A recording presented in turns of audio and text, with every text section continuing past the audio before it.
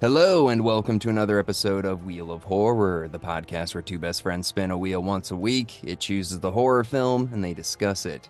Today we're talking about 2015's The Final Girls, which was directed by Todd Strauss Sloshan. I'm your co host, Alec. I'm Erik. And it's the final episode of The Wheel, and we're doing Final Girls. Another wheel bites the dust. Yeah, I know. I don't even know how many wheels this is. This has got to be like, It's got to be at least 10 wheels. I think it's way more than that. At least. I think we have probably like 3 or 4 a year. And this is like, so this is probably like 12, dude, or 15 maybe. I don't even know. So another wheel's over. Yeah. And the final girls, yeah, so this is like a horror comedy that came out 9 years ago that I never saw. Did you ever see this? No, I actually Googled like horror movies to add to the wheel and stuff. And I saw this and I was like, when did this come out? And I felt like it came out in like 2019. And I was like, 2015? See, I thought it came out even earlier. I thought it came out in 2010. So when it was like, yeah, it was like a period. I was 25, living in New York. Yeah, I don't know. I don't know how I missed this. Like, was this even in theaters? I think it was. Yeah. Yeah, it was. Yeah, I mean, I don't see a box office number behind it, but real quick stats. It came out October 9th, 2015. It's an hour and 31 minutes, $4.5 million budget. No idea if it made money. Critics liked it, 76%, and a rotten critic score, audience score of 71%. So it's generally like, oh, I like this movie. Yeah, I'm reading here that it had a limited theatrical release and then video on demand. So it's weird because like this movie probably would have done well. Like I don't know. Like I liked it. Like I definitely I loved the first like two-thirds of it. Exactly. I know the second someone died, I was like, all right, the movie just it's not as good anymore. And I was like, it just fell off. Well, I kind of we'll get into it, but I guess I'll just list my gripe up front. I kind of thought it got a little too soppy, like between the mother and daughter. Oh, it's so sappy. This movie's so sappy. Yeah. But it felt like we had like four of those scenes where it's like, you're gonna grow up to be like a mother and you're gonna do this. And like we had that same scene like four times. Yeah, and the final girl is like always has tears in her eyes and stuff. I'm like, this is so cringy. But yeah, I would have to agree with that. But like you were just saying, like this movie should have done well. I mean, look at the actors in it for the time. Yeah. Like you got the star of American Horror Story and the star of Silicon Valley in the same movie. And workaholics. Yeah, and work off and like those are huge shows and movies at the time, and like it seems like a great cast. I don't know. Yeah, it's weird. Like this should have probably done almost as well as Cabin in the Woods. Like it's of that vein of like, hey, we're gonna make fun of horror tropes. I think Cabin in the Woods is way better, but 100% way better. Yes. this chose one aspect of 80s slashers and was like, hey, let's pick apart this idea of it or whatever, and the final girl trope and all this stuff. Like that idea is really cool. It reminded me a lot of Happy Dead Day, Yeah, yeah. like the time loop of the hour, whatever, 30 minutes of the movie or whatever, right? Not every 92 minutes they start over. Yeah, it's like Happy Death Day and Hot Tub Time Machine, like had a kid basically, because like it's a comedy. It's definitely a comedy, and this is another issue I had. All right, let's just walk through the movie because we'll get to all the issues then. But it basically starts off with they show like an 80s slasher movie and like all these it's filmed in grainy and it looks fun. You're like, oh, this is like an 80s slasher movie. Like this will be cool. It's a trailer and we see or not Micah Monroe, what the hell's her name? Mela Akerman. We see her in the movie, and we're like, okay. And then it cuts to Tysa Farmiga, you know, Farmiga. She's looking at her phone, and it's watching her mom in the trailer. Mom comes out of an audition, and we find out that Malin Akerman is Taysa Farmiga's mom, and she was in these movies called, oh my God, what are they called? Camp Bloodbath. Camp Bloodbath, which is the Friday the 13th spoof. She's a washed up, not washed up. She's an actress that's struggling now. She's going into audition for things she shouldn't be doing. Like, yeah, dude, the audition she went to, it was like in a strip mall. Like, that's not where auditions are in LA. And I was like, ooh, man, what the hell is she auditioning for? I think it could have just been a job too, right? Was it an audition or a job? No, it was an audition. It was an audition. Oh, oh. Yeah. She was like, you're better than these things. You don't have to like be doing these things. So it was like, I don't know. It's like that's like South Park finger bang right there. Like mall performance. Like, oof, like no. Yeah, I mean, I don't know. I don't know. So that was kind of like we see a woman who is a struggling actress with her daughter. She's a single mother. They drive away and they crash the car, and Mila Akerman dies and picks up 3 years later. And Taysa from Margama is living with her aunt. She's going to high school and all this stuff. She's got like a boyfriend, but then the Silicon Valley guy shows up and pretty much like at the coffee shop and it's like, you're the daughter of Nancy from or whatever her name is from Camp Bloodbath. Like, can you please come to the screening I'm like kind of hosting or being a part of? And Yeah. she's like, no, I'm not going. And apparently she's failing in school. So he's like, I'll do all your homework and get you through school. And so Yeah. she's like, all right, I'll go to my dead mom's screening with a bunch of like super fans. I know. I like obviously neither of us could relate to this, but I wonder if that would be something that somebody would want to go to. Like imagine Jamie Lee Curtis died and then her daughter just would go to all of the Halloween screenings. I mean, why not? Why not? Like, why does she? I guess she hates Camp Bloodbath because she was typecasted in it, and it ruined her career. I think that is the what I'm picking up. But like, who wouldn't want to support their mom's past and career? Right. And it's also like, unfortunately, everybody goes into this being like, I want to be the next big thing. And if you get in a movie like this, dude, getting a slasher movie is a huge deal in retrospect. No, Jennifer Aniston, Kevin Bacon, who else? Like, Jamie Lee Curtis. I mean, that's huge too. Who else? There's thousands.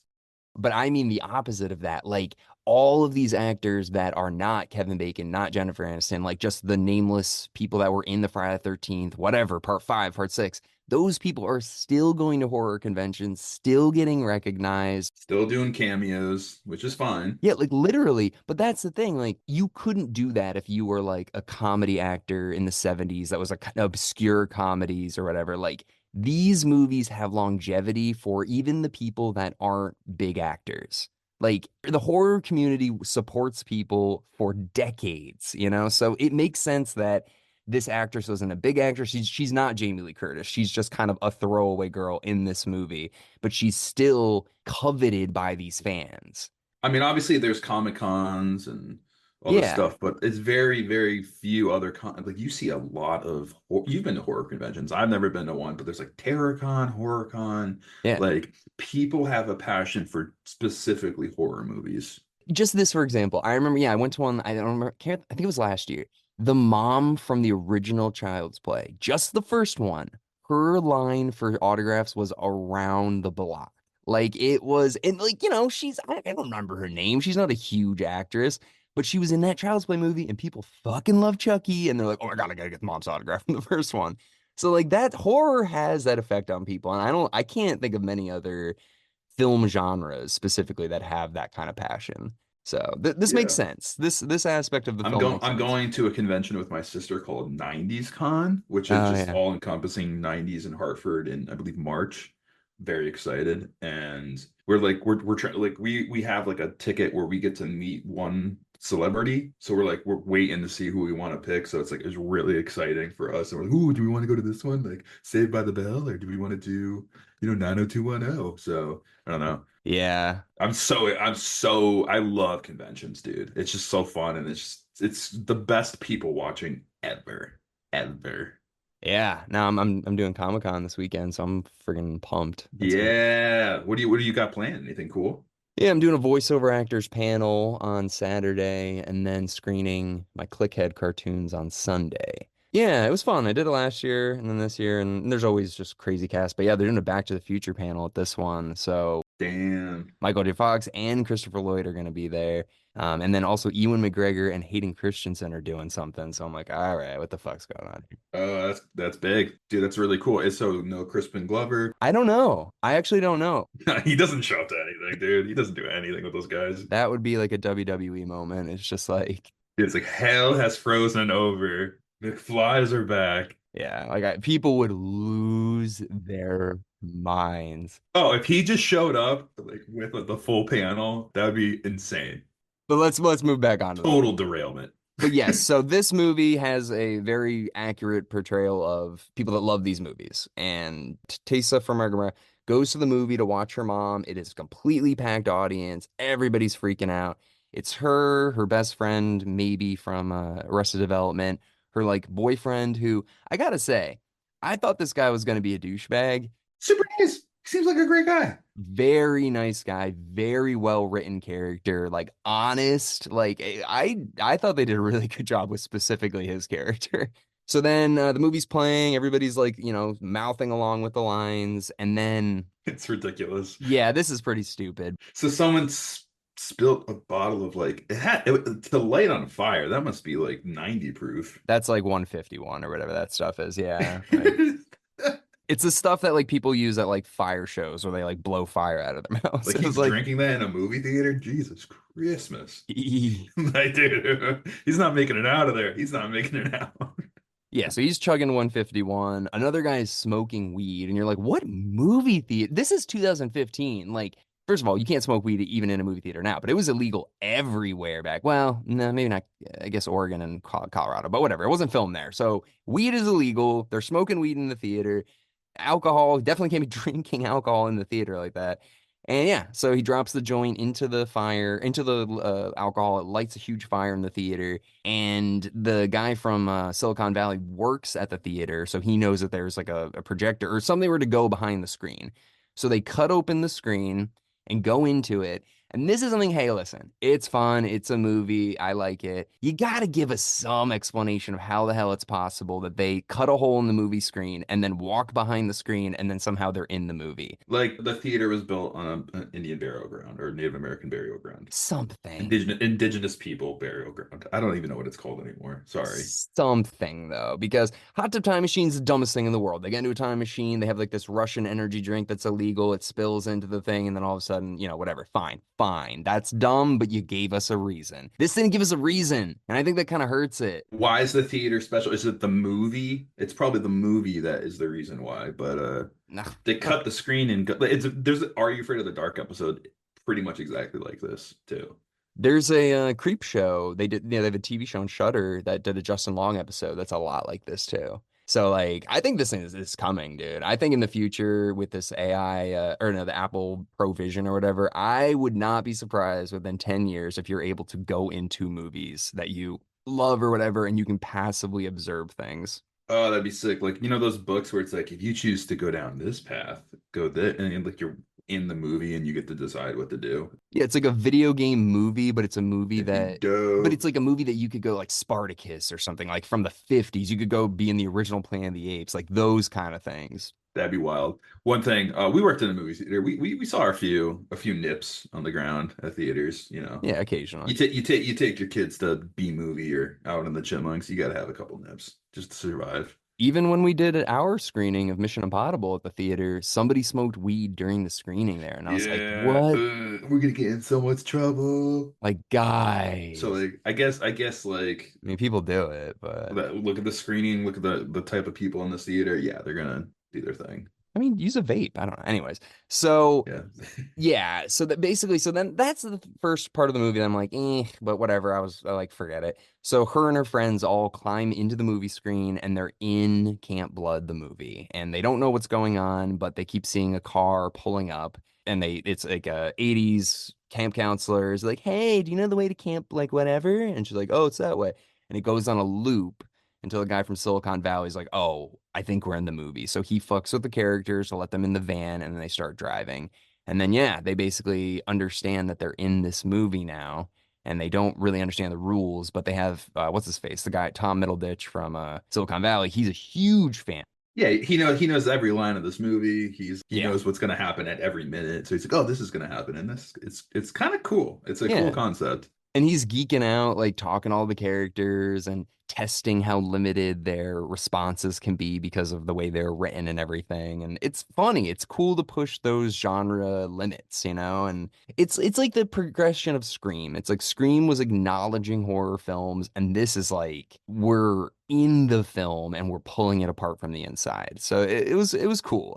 I could definitely see why this movie got made. It's just like the execution starts to crumble the further you go on. But yeah, love the music, get some fun 80s music and little references and Yeah, and then we meet the camp counselors. So Malin Akerman and what's his face? Adam Devine from Workaholics and a bunch of other random people. They do this introduction of this one woman, like Paula, I think was her name. And she's the final girl, but they make her seem like she's gonna be super important. She's got this cool car. She pulls up in her own like intro, and you're like, oh, okay, this girl's gonna be like really big. And yeah, she's not like a famous actress and she dies really quick. So it's kind of, I guess they subvert your expectations, I guess. I don't know. Do you think Paulo, I thought she was going to be like a bigger deal. No, the mom was going to be the final girl. Yeah, I know. I just, the way they set this character up. Yeah, like who's going to be the final girl? Like that's kind of how horror movies go. You think it's this character that's going to be the one, and then it's like, oh, damn, it's the red-haired one from Friday the 13th that's like really quiet. Yeah.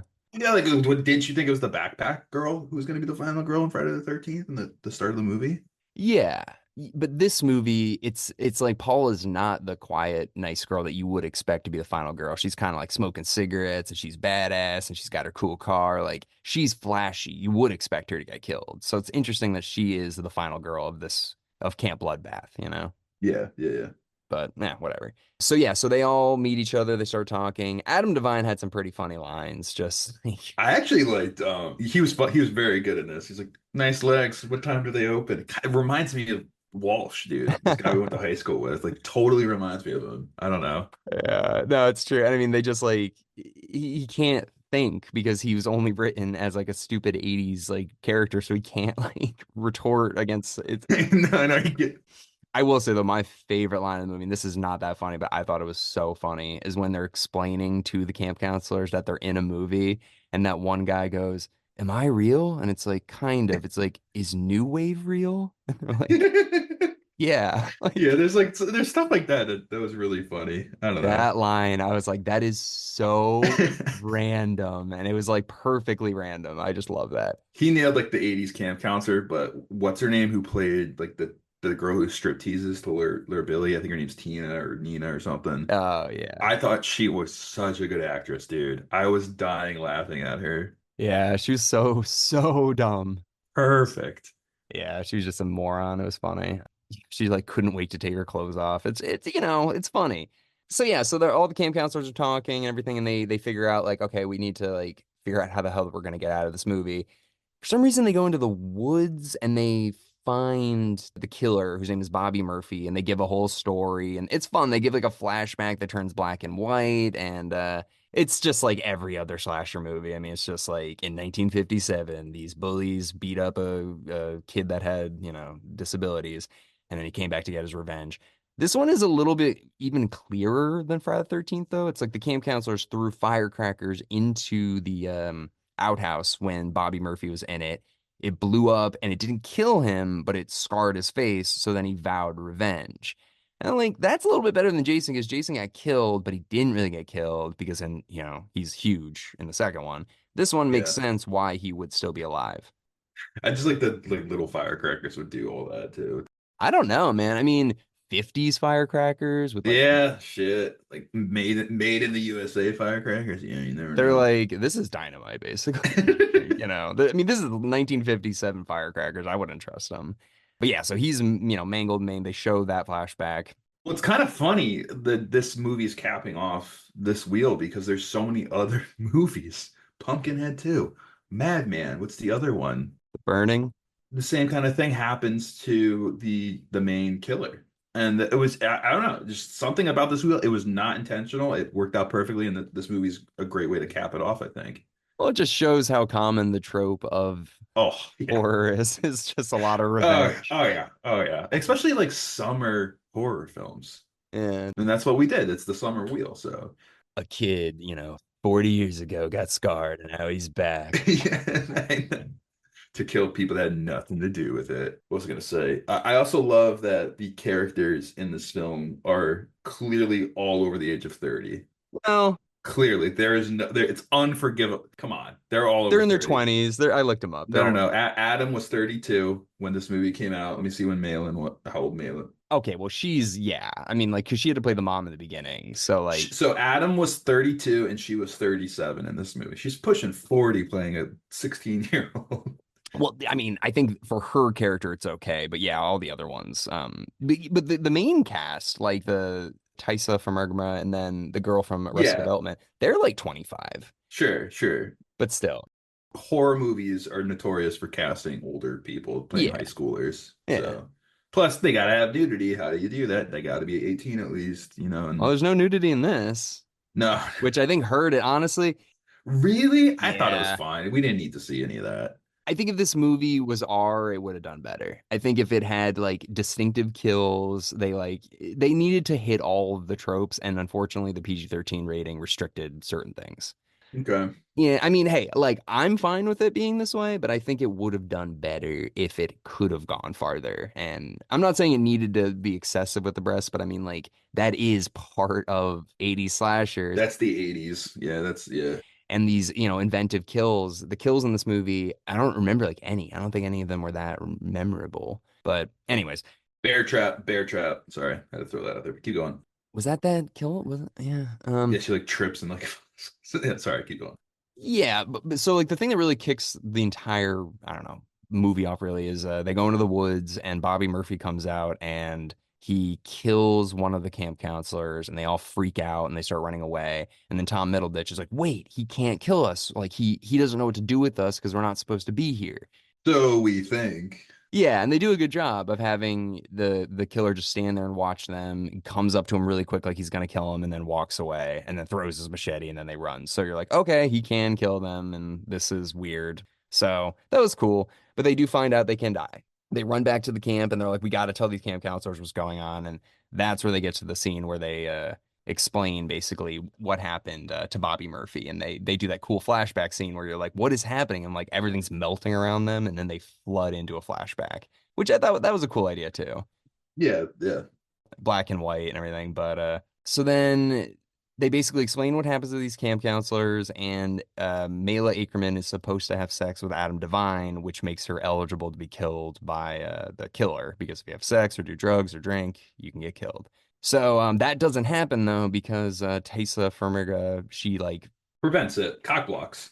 yeah, she does like the Marty McFly where she screws up the future and or screws up the movie. So now she's still a virgin. And Adam Devine, he gets killed. Oh yeah, yeah. So basically the killer comes into the house, everything's on and around the film is freaking out because it's like this isn't what's supposed to happen. And Adam Devine and that Paula girl get in a car and drive away, and then it's kind of like Cabin in the Woods where they just die. They can't leave the movie. So it automatically kills them. And really quick deviation or whatever, but Adam Devine and Paula, they met on this movie and they're still married with a kid now to this day. That's cool. That's cool. Yeah, and I liked at the end, like they showing all the bloopers, and he's like, "I think if we just go to a motel right now, we should just fuck." Like he's just saying all those lines, and that is like, okay, wow, it's funny that like this is how they met, and they have it like recorded forever, like it's kind of cool. But yeah, so what else happened then? I mean, a whole lot happens in between. There's killings, and then they talk about like what they need to do to survive, and then the striptease to lure him happens pretty much. I mean, that's like the next thing. Yeah, because there's so many little weird scenes of just mother-daughter just being like, like Sappy, like you're my mom, but you don't know it because you're a character and a teenager in a movie. It's like, what? it's a lot of that. So that felt it kind of just jumps from, little joke to then that basically the mother-daughter stuff. Adam Devine has a lot of funny lines. Tom Middleditch is dead, we think. Oh yeah, then he comes out right before everybody else dies, and he gets hit with the car, which was like kind of funny, but kind of stupid too. He's like, "Hey guys, I'm not dead." I know. I mean, that's kind of like a normal horror movie, though. I don't know. I guess. Yeah. Yeah. Yeah. Yeah. So a guy just comes out, he's got a huge wound in him, gets hit by the car, and yeah. So Tom Middleditch, Adam Devine, and the Paula, they're all dead now. And yeah, so then they figure out, okay, what we need to do is we need to lure him out. And the way to do that is with nudity. So they get the woman you were just talking about, and they have her like tied up and everything like that because they think she's gonna take her clothes off with like oven mitts and all this stuff. And it's kind of funny. And oh, there's one character we didn't even mention, the like bitchy friend, like ex-girlfriend of the guy, that girl. Like, forgot about her. That's so weird. She has some pretty offensive lines, Right. and Yeah, but it's fun. I mean, I looked it up. The writer of the movie is gay and Jewish, so all of the jokes were like homophobic, anti or like anti-Jewish jokes. But so it's like okay, so this guy's doing it, but you don't know that. Like I had to look that up because I was like, man, these are He's pushing it. Yeah, whoever this is. Yeah. yeah. So then I looked it up. I was like, oh, okay. Another thing that's kind of interesting. The writer of this movie is the son of Father Marin from not Father Marin, the other one from The Exorcist. That's kind of cool. Yeah, and his brother is Michael from the Lost Boys. Michael. Yeah, so that's kind of cool. But yeah, all right. Anyways, so back in the movie, we get the girl. She takes off her clothes, and Bobby Murphy comes out. And what do? They have to kill him. This is where I kind of really started to lose interest in the movie. The sky turns like purple, and then Tysa Farmiga walks out and has to fight him. But like Mela Ackerman is like dying, and it just got like kind of confusing. Like, do you know the part I'm talking about where like it's her and her boyfriend, and the boyfriend's hurt, and she's like, I'm gonna go fight him or whatever, and she's talking to her mom. Like, do you know what I'm talking about? Something gets lost there. Honestly, I know I mentioned this, but like the movie kind of falls off when Adam Devine's character dies. It like kind of gets like once he was gone, the movie lost a lot of air. Yeah, I don't know. Once they show like, okay, it's an 80s movie, we're in the 80s movie and we know the lines, we know the characters, like it did start to go downhill from there. Well, we lost all our comedy pretty much when he died. It was like that was one of the most entertaining parts of this film was him, that like the lines he was saying. Yeah, and Tom Middleditch, he was big too. So Sure. And they're both gone. It's like, all right, that kind of sucks. yeah, so that hurts it. But then but just the ending was just confusing. Like I don't like remember what the hell is going on. So it was like the only way I can be not be the final girl is to do like a strip tease thing, and like then you could be the final girl. So like it's like the mom sacrificing her daughter, like herself for her daughter, but like not really. But it was very confusing. Yeah, the plan is to like get Mila Ackerman out of the movie and bring her back to the real world. So Taysa Farmiga has a mom, but I'm like, that's a pretty dumb plan because first of all, you don't even know if it's gonna work. And then second of all, if she comes out of the movie, she's only gonna have the ability to think like that character. Like Nancy or whatever her name is. Yeah, She's yeah. not gonna be able to be anything other than that. I mean, maybe she can learn to be, I don't know, but like It's stupid. It's a stupid idea. Yeah. it's a crazy idea. But yeah, so then they fight. She fights Bobby Murphy and they have this like epic battle in the field and it kind of looked a little shitty, like the CGI and stuff. Yeah, like her ducking under the machete, like the Matrix. I'm like, can we not? This is 16 years after the Matrix. Like we gotta stop with these. And yeah. So they're doing Matrix ripoffs and all this stuff. And then she kills him. I like right? Like I don't even remember how Yeah, I mean hits him with the machete, his own machete. right. Okay. Yeah, yeah, yeah. Hey, so I watched this like 4 days ago. So okay. And then the boyfriend shows up, and then like the credits roll in the sky. It's like the end of the Right. movie, and then she falls asleep. I liked that. I kind of the ending I liked. The two-thirds before or the third before don't like. But yeah, so they see the credits in the actual sky rolling, and that was cool. Like you're like, okay, the killer's dead, the movie's ending, you see the actual credits, the boyfriend and girlfriend are holding each other. You're like, okay, cool. And then all of a sudden you see that like rated R comes up, the Motion Picture Association, all this stuff, and the film reel starts going crazy and they're holding each other and they're shaking, and then all of a sudden, boom, it just flashes, and you're like, ooh, that's scary because they don't know what is going to happen. Like, are they just going to die, cease to exist? Like, what is going to happen? Oh, really quick, I just want to mention a very stupid kill. The girl from Arrested Development and the bitchy girl, they like, I don't even know what the hell happened to them. What happened? Like a bookshelf falls on both of them. They have a canister full of lighter fluid that they're gonna like tip onto the killer who's already on fire because of marshmallow arrows, which I was like, okay, now we're losing me. So they shoot arrows at Bobby Murphy with s'mores on them, basically, which light him on fire. They're like, okay, we have gasoline in the upstairs bedroom. The Bobby Murphy comes in, tips over a bookshelf on them. They can't pull the gasoline thing. They're like, oh no, it's not working. So then Bobby Murphy takes a fire poker or something and stabs it through both of the girls in the bookshelf. I'm like, how is this happening right now? No one's struggling. It's stupid for a reason though. It was bad. I hated that. So then, as they're like, just go, everybody just go, we'll sacrifice ourselves. they then are able to pull the gasoline onto Bobby Murphy and it like explodes the room. So what was the plan? They if the bookshelf didn't fall and those people didn't get out, they all would have exploded. It's stupid, yeah. Anyways, all right. So on to the end of the movie. They wake up, Tisa from Margot wakes up and she's in a hospital and they have like a Lord of the Rings moment where it's like she's awake and they're all like jumping up and down. All of her friends are alive, everybody. Silicon Valley guy is like, "Hey, I survived too," and he's all stitched up from the machete. I'm like, this is so I'm Yeah. lost. Like could not be any dumber, but like, it wasn't a dream. Everybody's still alive and it's like, okay. And they go out to the hospital or they walk out to the hallway and the killer's back and he's like, "Oh my God, we're in the sequel." And I like that idea. I like that idea that they're still trapped and then it goes into the next movie and there's like, let's hope there's 10 of them like Friday the 13th. That's the idea behind it's like, oh, we're in for a long, yeah, like Yeah. multiple movies. I'm into it, but yeah, there's a couple holes in the movie that kind of do deflate the idea a bit, but it's not a bad movie. Like I'm glad I watched it. Yeah, no, it was a good way to cap off the wheel, dude. Yeah, good music, some funny actors, a fun idea, and yeah, just didn't really come together in the way that I hoped it would, but I didn't really have any expectations. Yeah, no, I liked it. I'm glad I watched it too. Yeah, it's filmed in Louisiana, and it's kind of about it. I don't know.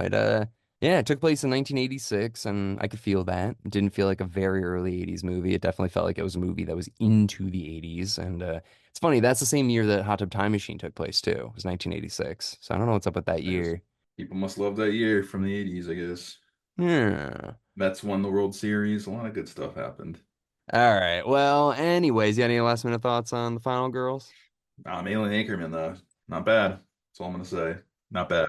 All the girls in this movie. I was like, whoa. Nah, but yeah, yeah, yeah. All right. Well, we don't have a wheel to spin because we actually have a movie. We just have one film between this and the October wheel. So we're just going to be doing A Violent Nature, which will be coming out next week. And otherwise, yeah. So get ready for that. And then the October wheel. So exciting stuff. No, it's gonna get very spooky soon. I hope you had a good summer and enjoyed the summer wheel with us. We had a lot of summery camp fun. So yeah. Yeah, it was yeah, it's very summery movies. So, all right. Well, thank you all for listening in, and we'll see you next week with a new wheel.